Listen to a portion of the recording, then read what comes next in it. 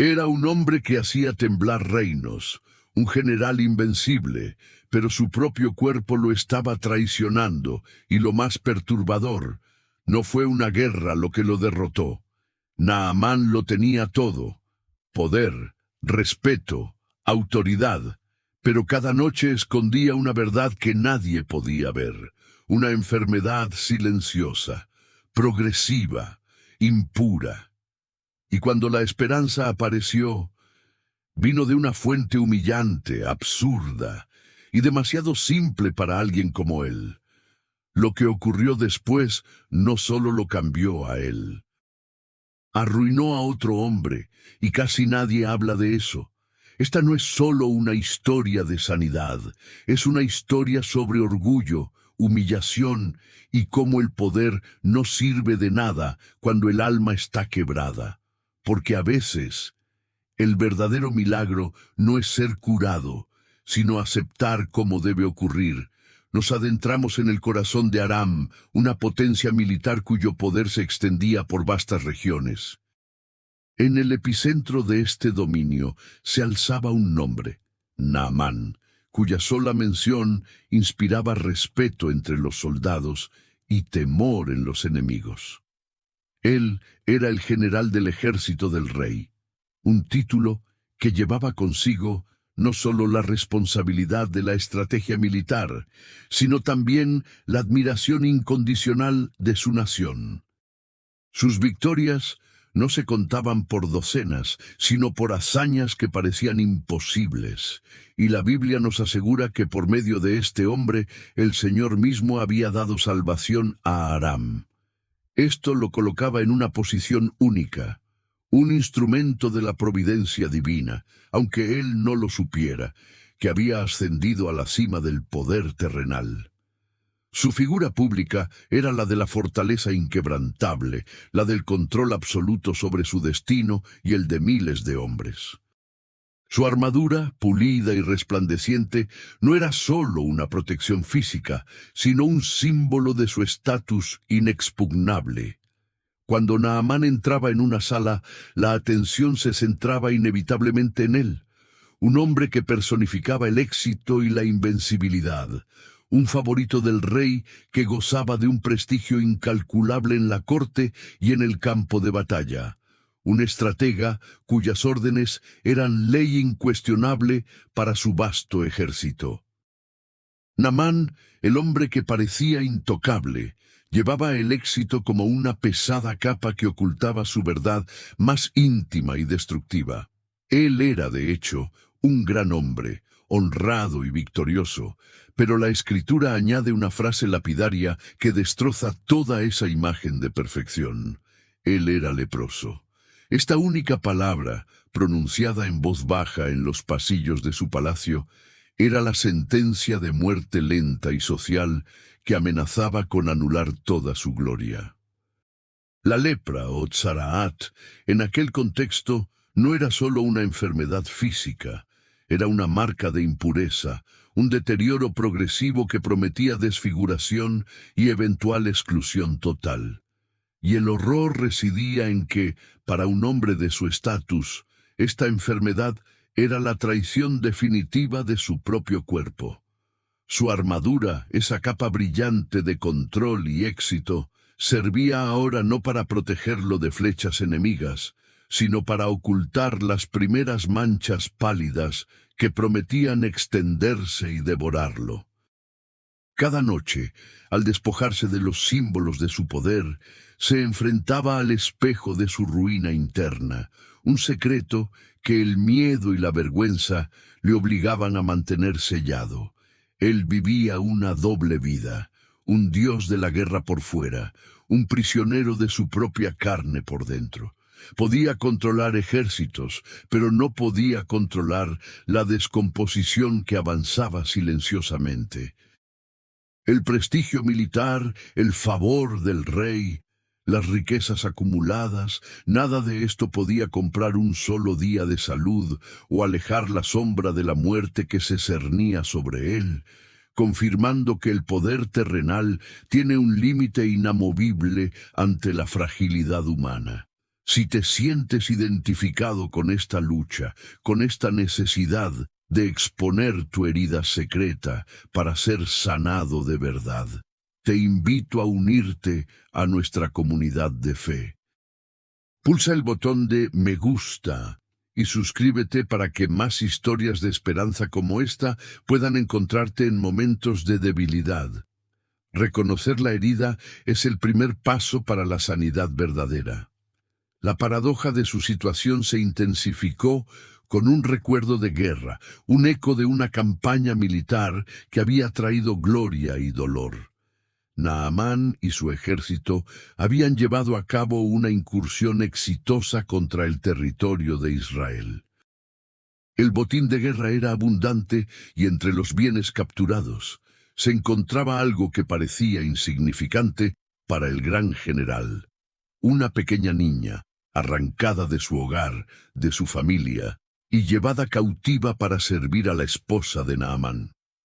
Esta niña, cuyo nombre no ha sido preservado en las Escrituras, era el eslabón más bajo de la jerarquía social en el palacio. Mujer, niña, extranjera, esclava. Su vida valía menos que la de un caballo de guerra en el inventario del general. Sin embargo, en el corazón de esta cautiva latía una fe inquebrantable en el Dios de sus padres, una fe que el trauma del desarraigo no había podido sofocar. Ella observaba día a día el sufrimiento contenido de la esposa de Naamán, la tristeza palpable que emanaba de la casa a causa de la enfermedad secreta del amo. El general era temido, sí, pero la niña veía detrás de la armadura a un hombre roto, al igual que su señora. Y fue en ese silencio, en la ejecución humilde de sus tareas, que esta joven esclava demostró una audacia espiritual inmensa, una misericordia que superaba la hostilidad lógica. ¿Cómo podía ella desear el bien para el hombre que la había esclavizado, si el general era el instrumento de su propia desgracia? Solo por la comprensión de que existe un poder superior a la espada y a la opresión, un poder capaz de curar heridas que el hombre inflige y las que la vida impone. La solución para el general más grande del reino no vendría de los consejeros de Damasco ni de los médicos paganos, sino de un susurro de esperanza pronunciado por el labio de la más insignificante de sus posesiones, la pequeña sirvienta. Movido por la desesperación y quizás por una pequeña chispa de esperanza encendida por el testimonio inesperado de la esclava, Naamán decidió actuar, pero lo hizo desde su lógica de poder y control. La niña había hablado de un profeta en Samaria, diciendo con certeza, con una fe simple pero poderosa: si mi señor fuera a ver al profeta que está en Samaria, él lo sanaría de su lepra. Al escuchar esto, el general no vio un acto de fe que requiriese humildad, sino una transacción diplomática y un recurso militar a explotar. Él no se humilló para ir a Israel. Él se preparó para comprar la sanidad. Su acción fue inmediata y grandiosa, digna de su rango. Buscó el favor y la carta de presentación del rey de Aram, Ben-Hadad, para el rey de Israel, con la expectativa de que el poder del rey se transfiriera al profeta y así se garantizara el milagro. La comitiva que preparó era una exhibición deslumbrante de riqueza, diseñada para pagar cualquier precio por la curación, una cantidad colosal de bienes, 10 talentos de plata, 6.000 siclos de oro y 10 mudas de vestidos finos para el trueque. Para él, el milagro era un servicio caro que podía y debía comprar, una prueba de que su estatus le daba acceso a lo imposible. Su fe estaba puesta en sus recursos y en el peso de su prestigio, no en la gracia gratuita del Dios de Israel. Llevando consigo la carta oficial y su caravana de opulencia, Naamán cruzó la frontera. La llegada de esta procesión militar y rica, portando una carta del rey enemigo, sumió al rey de Israel, Joram, en un pánico absoluto. Joram no tenía fe en el poder de su Dios para sanar, y mucho menos entendía el papel de sus profetas en asuntos de Estado. Al leer la demanda de sanación, el rey rasgó sus vestiduras, interpretando la solicitud como una trampa política y una excusa para la guerra. ¿Soy yo, acaso Dios, para dar muerte o vida, para que éste me envíe a decir que sane a un hombre de su lepra? Clamó el rey, convencido de que Aram buscaba solo un pretexto para invadir, demostrando que el poder humano siempre confunde la gracia con la política. El tumulto causado por la llegada de Naamán y la desesperación del rey Joram no pasó inadvertido en Samaria. El profeta Eliseo, hombre de Dios, oyó el estrépito del general extranjero y el lamento del rey de Israel. Su respuesta fue un ejercicio de autoridad serena, diseñado no solo para calmar al rey, sino para reorientar a todos sobre quién era el verdadero poder en la tierra. Eliseo envió un mensaje al rey. ¿Por qué has rasgado tus vestidos? Que él venga a mí y sabrá que hay profeta en Israel. Esta intervención fue crucial, movió el centro de la acción del palacio político y sus juegos de poder a la humilde esfera de la autoridad divina.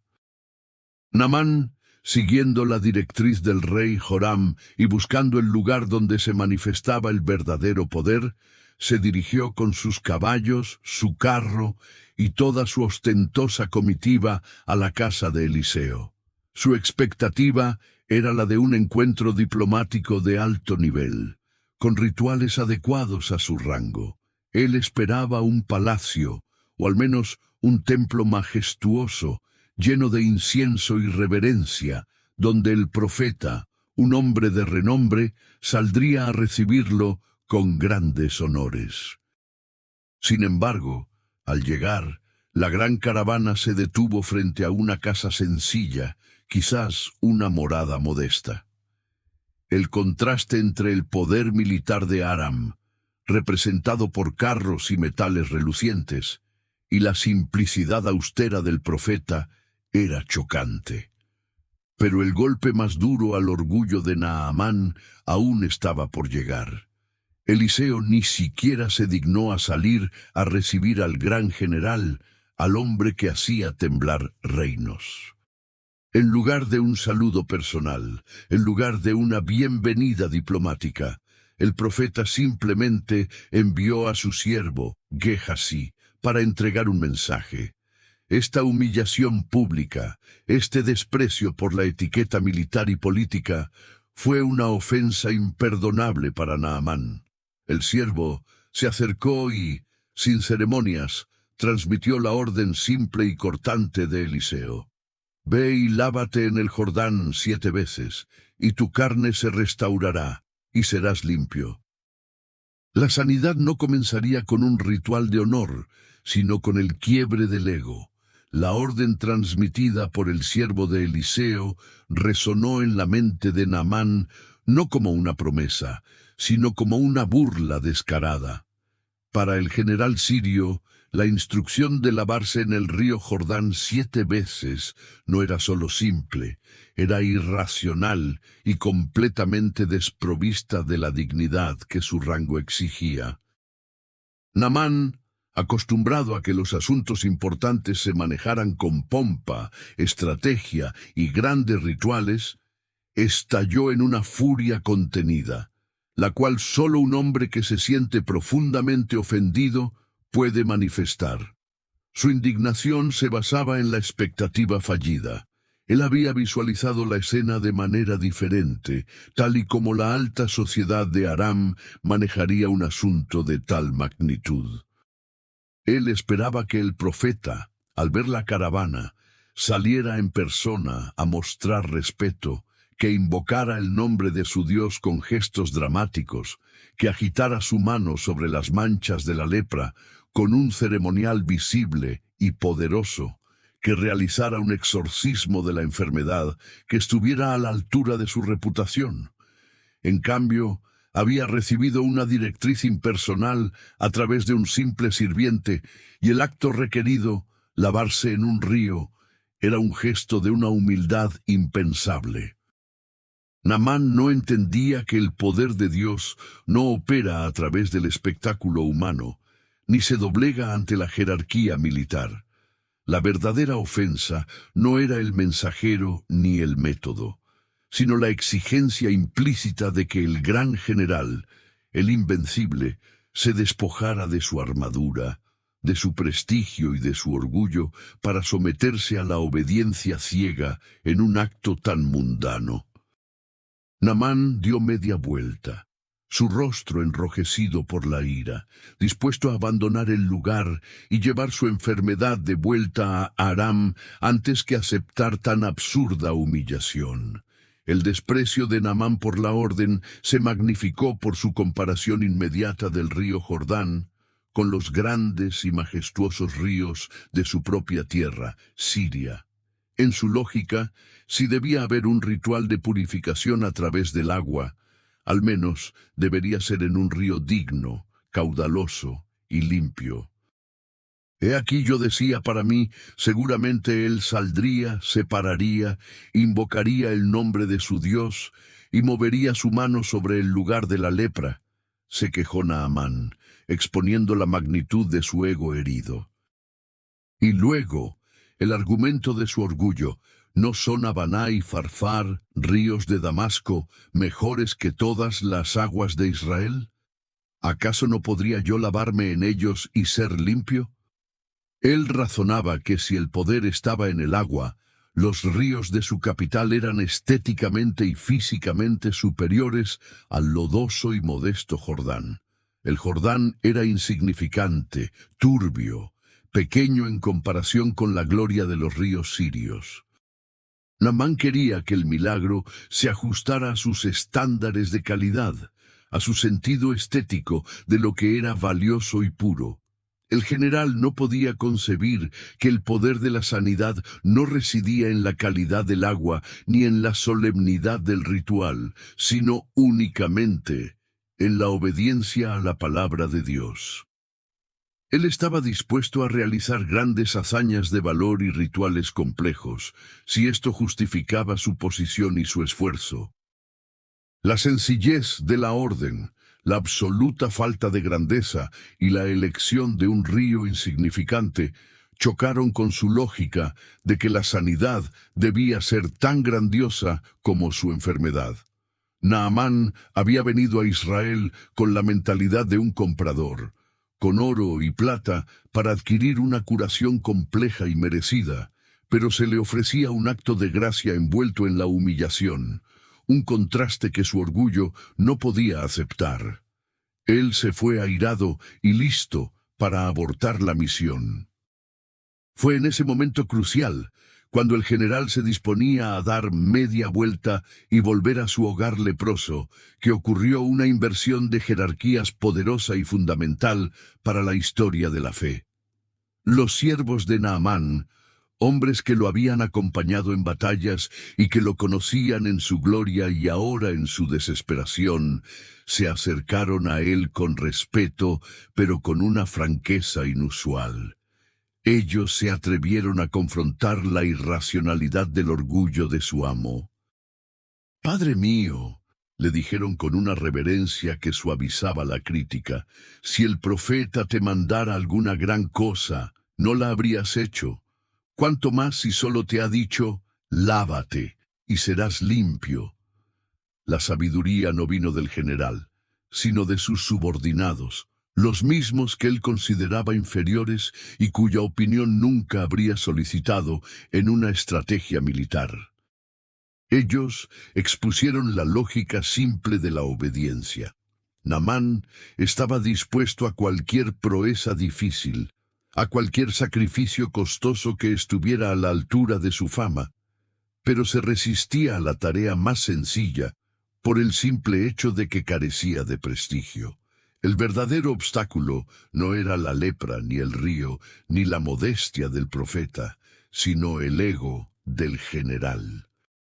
El punto de quiebre para Naamán no fue la persuasión del profeta, sino la voz de la razón de aquellos que lideraba. Un recordatorio de que la verdad a veces se encuentra en la simplicidad y que el orgullo es ciego a lo obvio. Su deseo de complejidad era sólo una manifestación de su necesidad de mérito. Si el milagro hubiera costado todo su oro y hubiera requerido un viaje de 1000 leguas, su orgullo habría estado satisfecho, porque el esfuerzo habría justificado su estatus. Pero la gracia no requiere esfuerzo, solo sumisión. La confrontación con sus siervos, cuya lealtad era evidente en su atrevimiento, perforó finalmente la coraza del orgullo de Naamán. El general, acostumbrado a dar órdenes y no a recibirlas, especialmente no de sus propios subalternos, se rindió a la sabiduría humilde de su séquito. Comprendió, quizás con un doloroso trago de su propia vanidad, que la curación no dependía de la calidad del ritual, sino de la obediencia a la autoridad que había sido señalada por la niña cautiva.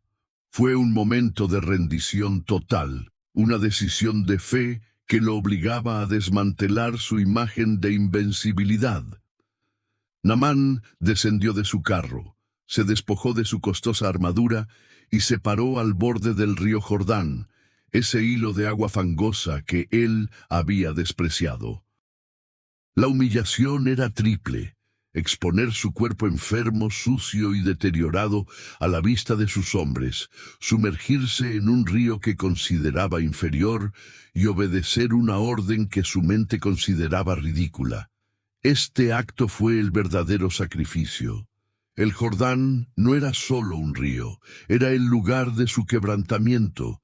El agua turbia y sin prestigio se convirtió en el espejo de su propia impureza y vanidad. Solo al hundirse en esa agua humillante, Naamán comenzaría a entender que Dios trabaja en el lugar donde el hombre no espera, y que la sanidad del cuerpo estaba intrínsecamente ligada a la sanidad de su alma, la cual necesitaba ser despojada de su soberbia. El general, por primera vez en su vida adulta, estaba vulnerable y dependiente de una palabra ajena a su poder. Naamán, despojado de su gloria militar y revestido solo de su miseria, se dirigió a las orillas del Jordán. El mandato era preciso: sumergirse 7 veces. El proceso comenzó, lento y ritualístico, una prueba de persistencia y fe. Naamán se zambulló por primera vez y emergió. El aire frío golpeó su piel leprosa, pero no hubo cambio. La orden no había fallado. Simplemente el milagro no había ocurrido aún. Sus siervos y él observaron, expectantes. La segunda inmersión. El general se hundió en el agua barrosa y volvió a salir. Nada. La tercera, la cuarta, la quinta. Con cada inmersión frustrada, la tentación de levantarse, vestirse y volver a su lógica de orgullo debe haber sido inmensa. Su mente militar, habituada a la eficacia inmediata, clamaba por el abandono. 6 veces se sumergió el poderoso general sirio. 6 veces sintió el frío lodazal y emergió con la misma piel infectada, la misma prueba de impureza. Si Naamán se hubiera detenido en la 6ª inmersión, el relato de su vida sería el de un hombre que estuvo a punto de recibir el milagro, pero cuya impaciencia le costó la sanidad. Su obediencia estaba siendo probada al límite. Dios no solo estaba probando si él obedecería, sino si perseveraría en la obediencia cuando no viera resultados inmediatos, un proceso que es tan relevante para nosotros hoy. La fe no es solo dar el primer paso, es continuar cuando la esperanza se debilita. Y entonces llegó el momento crucial. la séptima inmersión. Este es el número de la perfección, de la conclusión divina, el punto de ruptura entre la incredulidad y la gracia total. Comenta aquí en los comentarios: yo tengo sed de persistencia en la obediencia. Si crees que la prueba no está en el inicio, sino en no rendirse. La séptima inmersión marcó el clímax dramático de esta historia de fe y humillación. Naamán, ya agotado por la frustración de las 6 inmersiones anteriores, se sumergió por última vez en las aguas del Jordán. El momento fue tenso.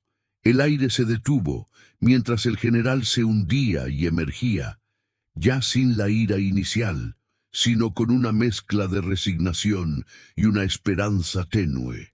Pero esta vez, al salir del agua, no fue la misma piel enferma la que se reveló a la luz.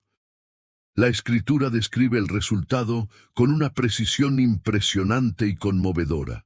Su carne se volvió como la carne de un niño pequeño y quedó limpio. Esta no fue una simple curación, fue una regeneración total. El milagro fue más allá de la eliminación de la enfermedad. Naamán no recuperó la piel de un adulto, recuperó la piel de la inocencia, la lozanía que representa el inicio de una vida nueva, libre de la corrupción y el deterioro. La lepra había sido el símbolo de su impureza y de su orgullo.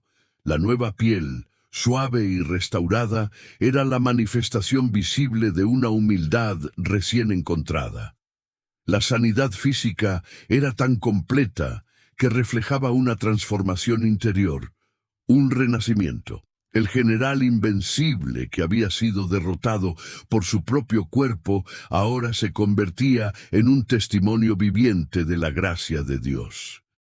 Sus siervos, testigos del milagro, debieron observar con asombro cómo el hombre que habían animado a obedecer ahora era irreconocible, no por la falta de identidad, sino por la plenitud de la vida.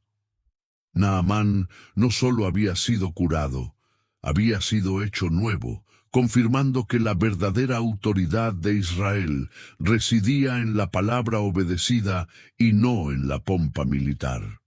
La transformación fue tan impactante que Naamán no dudó ni un instante en regresar a la casa del profeta Eliseo. Su primer viaje había sido de orgullo, cargado de oro para comprar un servicio.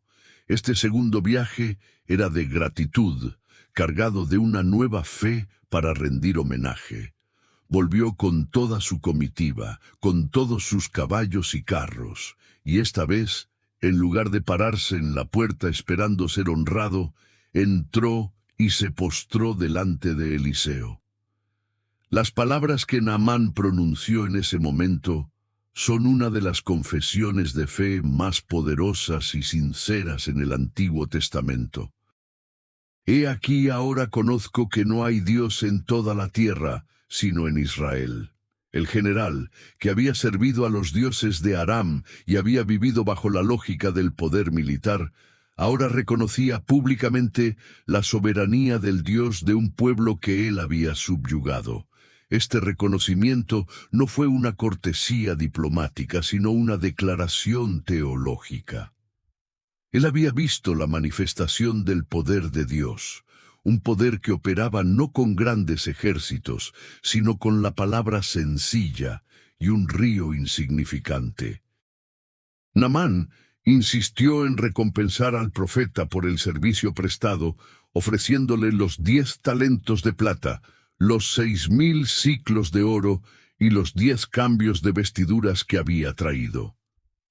Esta era la tradición de Naamán, pagar por los servicios. Pero Eliseo, en un gesto de profunda enseñanza sobre la naturaleza de la gracia, rechazó rotundamente el obsequio. La negativa de Eliseo a aceptar los regalos fue un punto de inflexión crucial, un acto que selló la lección que Naamán debía llevar consigo de vuelta a Aram. El profeta le dijo: «Vive Jehová, en cuya presencia estoy, que no lo tomaré». Eliseo no solo rechazó la riqueza material, sino que rechazó la mentalidad de transacción que Naamán representaba. Si Eliseo hubiera aceptado el pago, el milagro habría sido percibido por Naamán como un servicio comprado, como un negocio exitoso en el que el profeta simplemente había sido el intermediario de un dios local. El significado de la sanidad se habría reducido a un intercambio de bienes. Al negarse a recibir el oro, la plata y las vestiduras, Eliseo demostró la verdad esencial del poder de Dios. La salvación y la sanidad no se compran, se reciben por gracia a través de la obediencia y la fe. El milagro era un regalo inmerecido, sin precio adjunto. Naamán, el general de un imperio donde todo se obtenía por la fuerza o por el comercio, tuvo que enfrentarse a un concepto radicalmente nuevo: la gracia gratuita.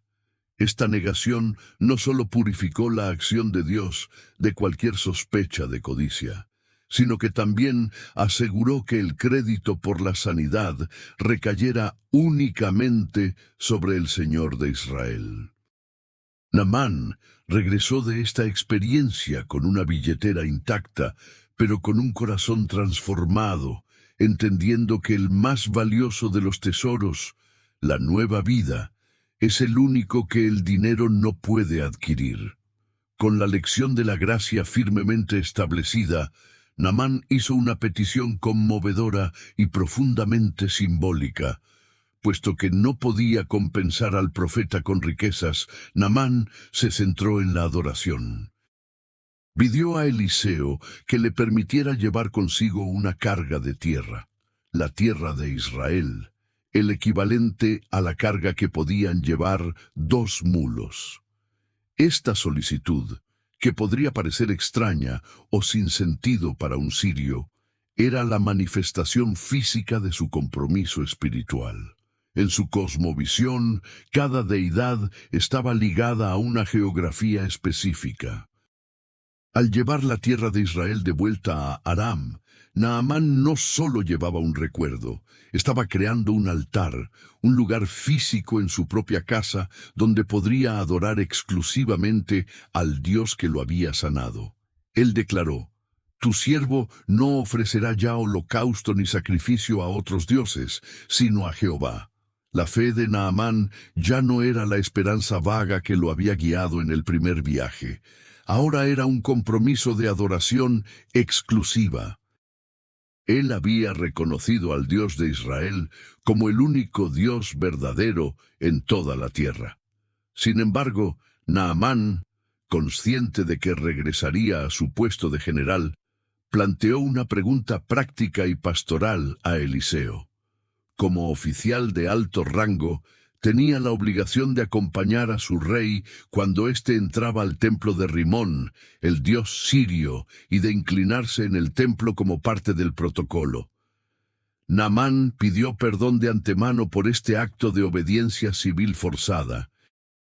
Eliseo, demostrando una comprensión de la dificultad de vivir la fe en un entorno hostil y pagano, simplemente le respondió con una bendición de paz: «Vete en paz». Esta respuesta no fue un permiso para idolatrar, sino una liberación de la culpa inmediata. Confiando en que Dios trataría con el corazón de Naamán mientras éste caminaba en su nueva fe bajo las difíciles circunstancias de su posición. Naamán, con su piel restaurada y su fe encendida, emprendió el camino de regreso a Aram, llevando consigo la Tierra Santa para construir su altar privado. Sin embargo, el relato no termina con la gloria del general sanado. Introduce un giro oscuro y perturbador que revela la lucha constante entre la gracia y la codicia, entre la humildad y la ambición. El siervo de Eliseo, Geasí, había sido testigo de todo, de la ofensa inicial de Naamán, de la sanidad milagrosa y, sobre todo, de la rotunda negativa de Eliseo a aceptar el oro. La avaricia de Geasí se encendió.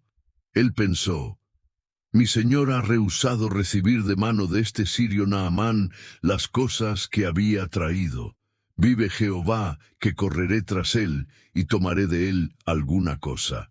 Geasí vio en el acto de gracia de Eliseo no una lección de teología, sino una oportunidad perdida de riqueza personal. Él creía que el profeta había sido necio al rechazar una suma tan vasta. Su codicia lo cegó a la lección divina. El siervo corrió tras la caravana de Naamán con una rapidez impulsada por la ambición. Cuando Naamán lo vio corriendo, el general, con su corazón ahora suave por la gratitud, se detuvo y, con el mismo respeto que antes le había negado a Eliseo, preguntó: ¿va todo bien? La respuesta de Geasí, sin embargo, fue una mentira fría y calculada, diseñada para explotar la generosidad de Naamán, desatando una cadena de consecuencias que afectarían trágicamente su futuro y el de su linaje. ¿Qué aprendiste de la tentación que surge de ver la bendición de otro como una oportunidad de ganancia personal? Comenta: aprendí que la codicia ciega.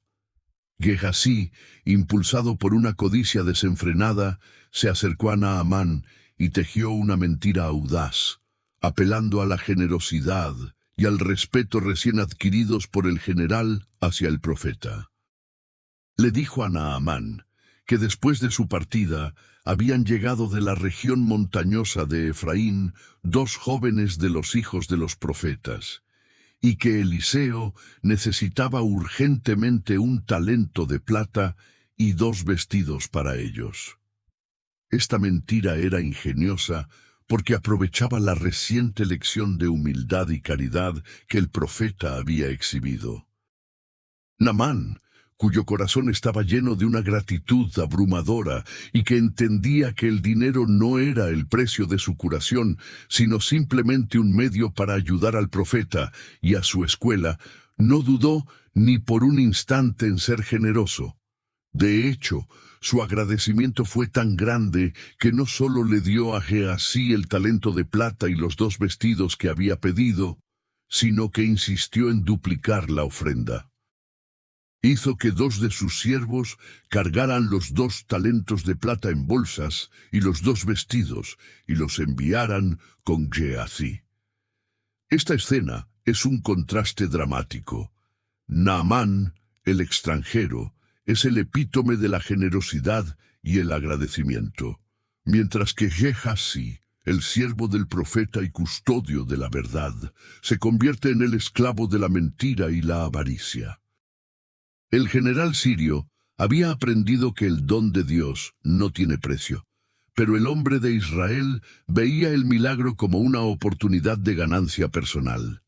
Naamán, en su nueva fe, ofreció a los siervos la ayuda que él había deseado desesperadamente, sin saber que era una transacción corrupta.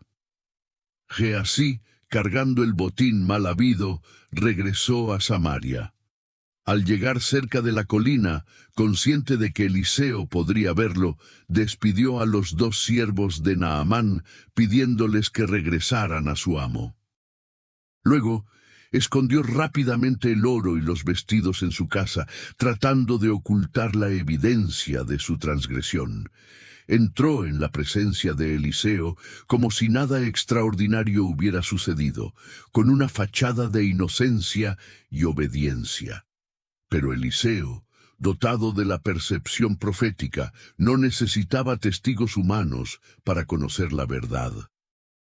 El profeta le preguntó con una serenidad cortante: ¿de dónde vienes, Geasí? El siervo, atrapado en la telaraña de su engaño, persistió en su mentira: tu siervo no ha ido a ninguna parte.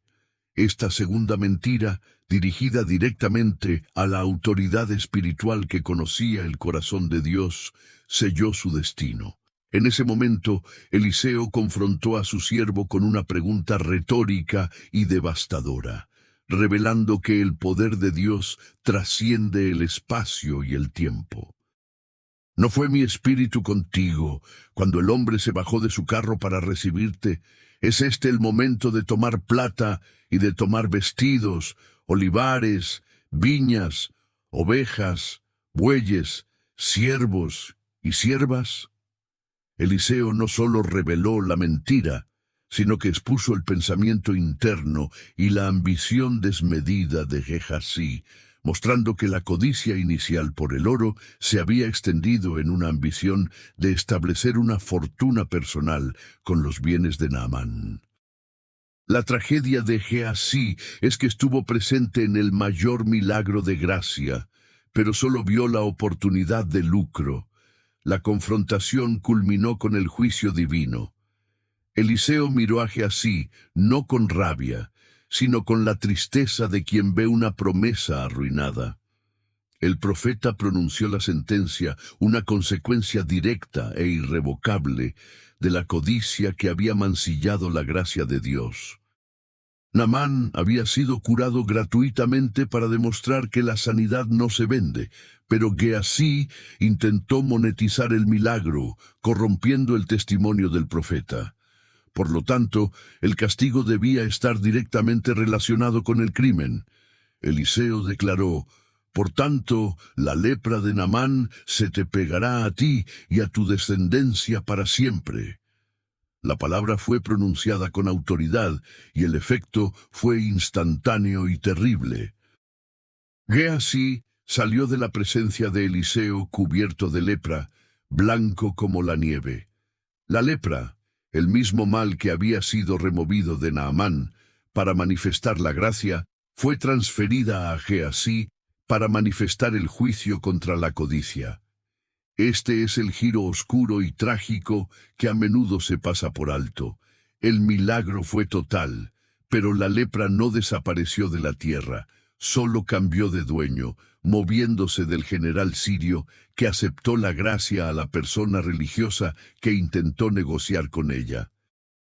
El hombre humilde y obediente fue limpiado. El hombre arrogante y codicioso fue castigado con la misma enfermedad que el otro acababa de perder. La historia de Naamán no termina con una curación feliz y sencilla. Termina con una advertencia severa sobre la pureza del ministerio y la santidad de la gracia divina. La dualidad de esta historia nos ofrece una profunda reflexión psicológica y espiritual. Por un lado, tenemos a Naamán, el extranjero, el enemigo, el hombre de poder que aprende a humillarse. Él vino buscando la sanidad a través de su propia riqueza y prestigio, pero solo la encontró al despojarse de ellos y obedecer un mandato que consideraba absurdo. Su curación fue un acto de gracia inmerecida que lo condujo a un reconocimiento sincero y público del único Dios verdadero. Naamán representa a aquellos que, a pesar de su origen o estatus, están dispuestos a quebrantar su orgullo para recibir lo que Dios ofrece gratuitamente. Por otro lado, tenemos a Gehazi, el siervo, el hombre que vive a la sombra de la unción, el religioso que está íntimamente familiarizado con el poder de Dios, pero cuyo corazón está lleno de avaricia. Gehazi no fue castigado por la incredulidad, sino por la codicia y la mentira. Él vio el servicio a Dios como una oportunidad de riqueza personal, intentando obtener una ganancia que mancharía el testimonio puro de la gracia. Esta historia nos enseña que a veces aquellos que están más cerca de la verdad, los que tienen acceso a los milagros, son los más vulnerables a la tentación de convertir lo santo en un medio de lucro personal. El extranjero es limpio por la obediencia simple. El hombre de fe es castigado por la ambición corrupta. La gracia no puede ser manipulada ni comprada, y el precio de intentar hacerlo es la impureza que se deseaba evitar. Así concluye la asombrosa historia del general Naamán, una narrativa que la Escritura nos confirma como verdadera y que resuena con enseñanzas eternas sobre la condición humana y la naturaleza de lo divino. Hemos aprendido que la sanidad verdadera requiere la humillación, y que el orgullo es más difícil de lavar que la lepra. El verdadero milagro para Naamán no fue solo que su carne fuera restaurada, sino que su alma se hizo maleable a la instrucción de Dios. Su vida se convirtió en un monumento a la gracia que fluye en el Jordán insignificante, y no en los ríos majestuosos del poder humano. Recordamos también la trágica caída de Gehazí, una advertencia de que la proximidad a la unción no garantiza la pureza del corazón. Que esta historia nos sirva de espejo para evaluar dónde hemos puesto nuestra confianza, en nuestra propia fuerza y riqueza o en la simple obediencia a la palabra de Dios. Si esta historia te ha movido a reflexionar sobre tu propio orgullo y la necesidad de una fe sencilla, te invito a suscribirte al canal y compartir este mensaje con alguien que necesite entender que la gracia es gratuita y que la obediencia es el camino a la verdadera sanidad. Gracias por acompañarnos en este viaje por las profundidades de la fe y el poder de la transformación.